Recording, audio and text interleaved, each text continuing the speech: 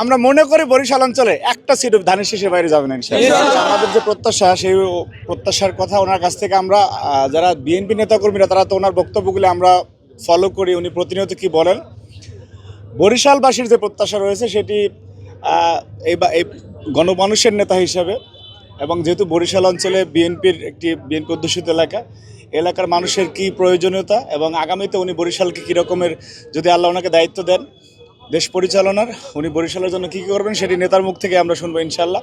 কিন্তু আমাদের কাছে একটি অন্যরকম আবেগের অনুভূতির একটি জায়গা হচ্ছে যে দীর্ঘ, আপনি যেটি বললেন যে প্রায় 2 দশক পরে উনি বরিশালে আসছেন।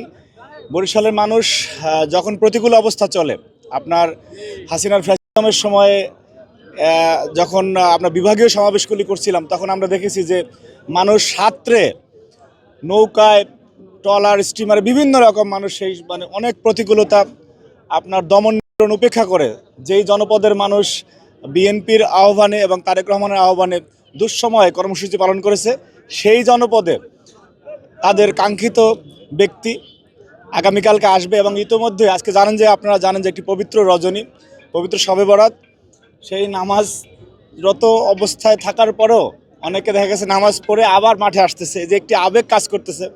এবং সেই আবেগের কালকে আমরা চূড়ান্ত রূপ দেখবো ইনশাআল্লাহ। আমরা আশা করি বরিশালের স্মরণকালের ইতিহাসের সবচেয়ে বড় সমাবেশটি কালকে হবে, এবং বরিশালের যে কয়টি সংসদীয় আসন রয়েছে সেটি বরিশালের মানুষ বিগত দিনে যেরকম বিএনপিকে উজাড় করে দিয়েছে, এবং এইবার তার চেয়ে অনেক বেশি আকারে বিএনপিকে এখান থেকে সংসদীয় আসন দিবে। এবং তারেক রহমান বরিশালের জন্য যে প্রতিশ্রুতি উনি কালকে করে যাবেন, আশা করি যে 12 তারিখ উনি নির্বাচিত হওয়ার পরে বরিশালের মানুষের সেই আকাঙ্ক্ষা উনি পূরণ করবেন ইনশাআল্লাহ। আমরা বিশ্বাস রাখতে চাই যে এই জনপদের মানুষ দুঃসময় তার আহ্বানে সাড়া দিয়ে আন্দোলন সংগ্রামে ঝাঁপিয়ে পড়েছে, এবং বিগত দিনে বিএনপিকে এই জনপদ থেকে উজাড় করে দিয়েছে এই জনপদের মানুষ। সেই জনপদের মানুষের জন্য উনি যে প্রতিশ্রুতি দিবেন, এবং সেই প্রতিশ্রুতি উনি প্রধানমন্ত্রী হওয়ার পরে সেটা পালন করতে পারবেন বলে, রক্ষা করতে পারবেন বলে এই জনপদের মানুষ বিশ্বাস করে। এবং উই ট্রাস্ট তারেক রহমানের প্রতি সে আমাদের বিশ্বাস রয়েছে। এবং বরিশালবাসী আগামী 12 তারিখে ইনশাল্লাহ সেই রায়টি আপনার ব্যালটের মাধ্যমে দেবে ইনশাআল্লাহ। বিএনপি তো কাউকে ওইভাবে প্রতিপক্ষ মনে করে না, শত্রু মনে করে না, কারণ বিএনপি চেয়ারম্যানের যে স্লোগানটি সেটা হচ্ছে সবার আগে বাংলাদেশ, এবং বাংলাদেশের স্বার্থে সবাইকে নিয়ে কাজ করার যে ওনার যে মানসিকতা, সেটির প্রতিফলন ওনার আচরণে প্রতিফলিত হয়।